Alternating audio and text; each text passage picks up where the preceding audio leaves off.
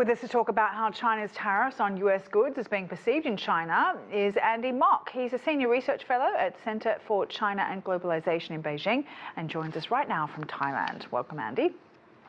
Thank you, Sally. How significant is China's decision to impose 10 to 15% tariffs on US goods, which industries will feel, the biggest impact, do you think? Well, Sally, I think for the businesses directly impacted, of course, this is very, very significant. However, in the larger scheme of things, I think this reflects China's measured and calibrated response towards this escalation by the U.S. side, and I think indicates, first of all, very clearly that China will defend its interests, but it is not looking to escalate. And, I think as China has said consistently over years, if not decades, the door is open to working with countries all around the world, especially the United States. And China has called for dialogue and consultations over tariffs. How likely is it that the US will engage in serious negotiations? Well, I think that's an important question, Sally, and there's two answers here. I think at a more tactical level, I think certainly there is room for discussion and negotiation. However, I think it's very, very important to point out, and I think it's not well appreciated yet, just how profound this new approach is that's being implemented by President Trump in his second administration. And I think of it as that there's four main big ideas that he's looking to implement, not just vis-a-vis China, but really the entire world. And I think the first is reindustrialization of the United States. The second is reciprocity in tariffs.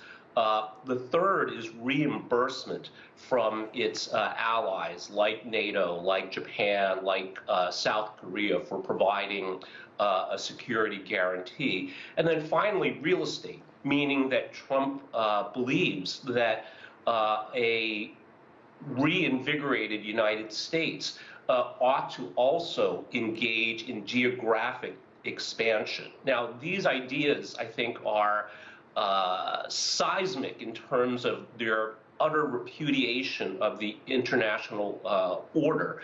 So this is, I think, the broader context within which I think China is looking to make its work with the U.S., and I think it opens new opportunities, but obviously poses I think some significant challenges as well. And with China tightening export controls on rare earth minerals, how could this impact US technology and manufacturing industries? Well, it certainly shows, I think, China's sophistication in its response. So it's not just responding with tariffs, but also other measures. And I think these export controls are highly targeted. I'll give you one example. Bismuth, for example, which is one of the critical minerals being put under this new regime, is important for military applications. So it's used often as a replacement for lead, so for making bullets, other types of munitions. And I think this is meant to demonstrate in a very practical way to the United States that there is significant dependencies, not just in consumer goods, not just in other sectors, say in the financial sector, with China still being a significant buyer of U.S. treasuries, et cetera, that again, this is a very well thought out, calibrated response to safeguard China's interests. What message is China sending with its antitrust investigation into Google and NVIDIA and the addition of US firms to its blacklist?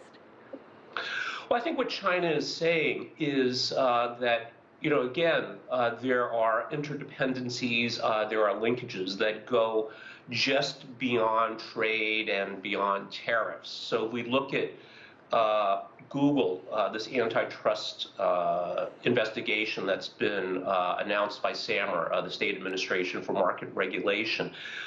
Even though Google does not have a very large business directly in China, many Chinese smartphone manufacturers that export globally do use Android, and this is maybe in the single-digit percentage revenue for Google, so it's not huge. But I think, again, the symbolic and the strategic message here is very, very important. And it demonstrates, again, I think that China's, I think, calibrated and coherent response to this challenge by the United States.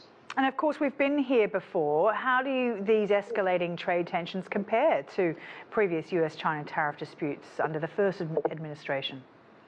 No, that's right, Sally. And again, I think it looks like, we've seen this movie before.